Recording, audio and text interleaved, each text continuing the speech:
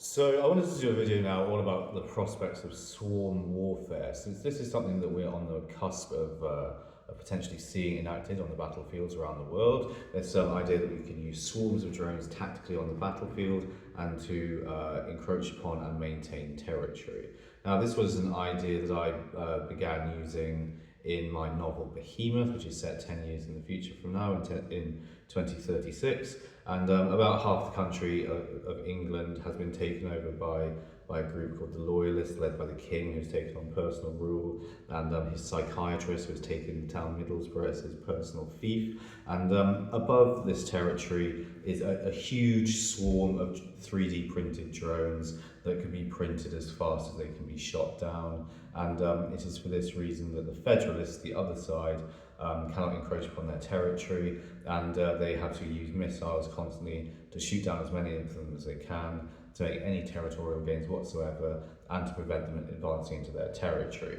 Now, one of the things I've been working on with my organisation Astrodyne Rocketjet is hypersonic weapon system utilising swarm warfare principles, and I put this in my novel as well as the super weapon developed by a character called Connor de Havilland, who's I suppose a former UK government weapons engineer, and he develops these hypersonic delta-winged craft whose wings are edged with diamond, capable of slicing these drones out of the sky very quickly.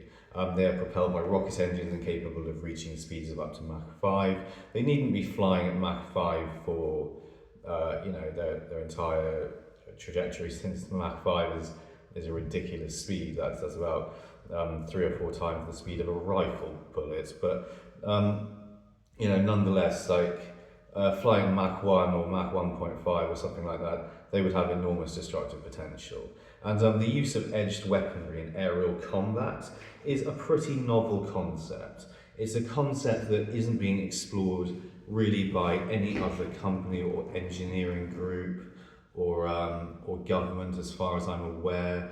However, having about 5,000 of these machines flying in formation controlled by AI could be programmed to destroy squadrons of fighter planes pretty easily. For example, they could track and cut out of the sky international continental ballistic missiles using the similar principles of merely impacting them, and then they would survive if they're made of particularly tough materials such as carbon fiber reinforced polymers, and could thereafter take out several targets using in fact edged weaponry.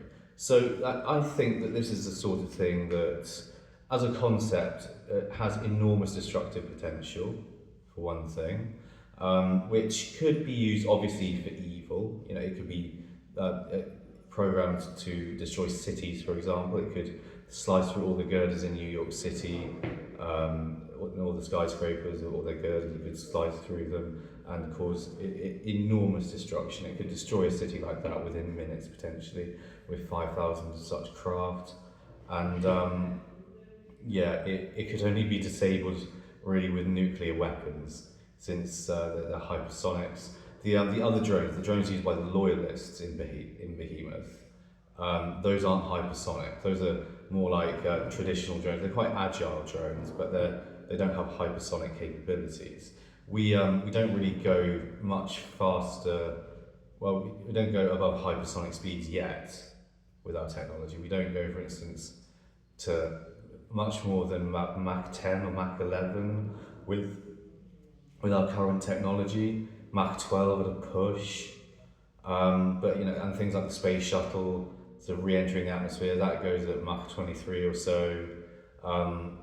So really, the way to achieve like super hypersonic speed, if you want to invoke yet another term, if you want to go above Mach 10, really, the way you need to do it is go really high into the atmosphere where the air is thin, then drop down from the edge of space.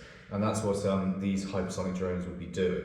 The rocket engines would be propelling them up through the troposphere, stratosphere, into the mesosphere. They linger there briefly, then engines cut off, and down they go, swooping in to take out their targets at phenomenal speed potentially, and yeah, utilising their destructive potential to their optimum, slicing through all of the enemy drones on the loyalist side in a very short space of time, then swooping around and flying at lower speeds to finally pick off the rest of them.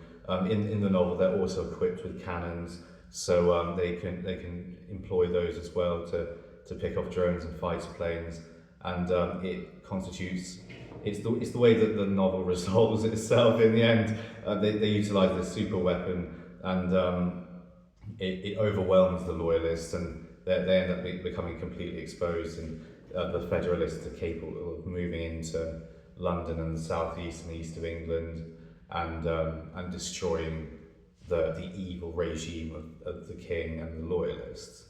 So, when I was developing this idea, this concept for the novel, I came to the realization that it had real-world applications, or I suspected it had real-world applications, and therefore it was an interesting thing to know about a concept in engineering. It presented an interesting engineering prospect.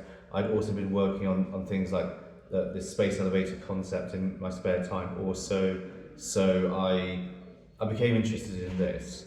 And the reason I'm interested in it now, and the reason I would like to develop it with Astrodyne rocket jets, since on level most aerospace and aeronautical engineering firms engaged to some extent in defence contracting.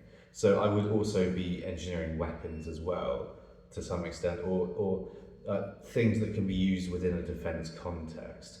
And as for threats to the space elevator, there is always the threat that some hostile foreign power will want to disable it in some way, will want to destroy it. So having these machines possibly integrated into the space elevator as a defence mechanism for it could in fact be really rather useful.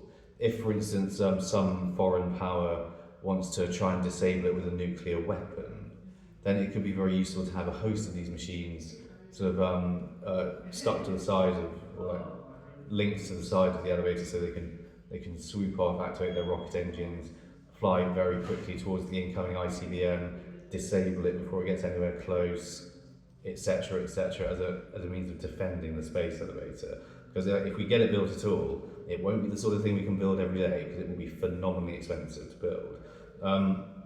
And it will be expensive to run, not that expensive to run, I don't think, but it will be, a very big, it will be a large ongoing cost as well to run it. But the last thing we need is any kind of nuclear weapon, for instance, if that were to ever happen, disabling the thing and forcing us to start from scratch. So if a warhead could be disabled by a hypersonic drone flying at Mach 1 or Mach 2 towards the incoming ICBM, slice it in half, or merely just disable it and let it fall into the sea, then I think we could do a lot worse than that in terms of trying to defend our valuable space elevator. And these things, anything like this is worth knowing about, this possibility. It's just one possibility among many of weaponry we could create. It might not actually be quite as destructive as nuclear weapons, but it would certainly have a great deal of applications that nuclear weapons don't necessarily have. I mean, for instance, you could send it towards a fleet of ships. It could destroy a fleet really quite quickly, I think. Then again, you can destroy a fleet with nuclear weapons. But what nuclear weapons can't really do, they can destroy a fleet if it's all in one area. But if your fleet is spread out around a larger area, a lot of the ships will be protected from the impact of the blast. Since these things they can swarm, basically. This is the fundamental idea of swarming.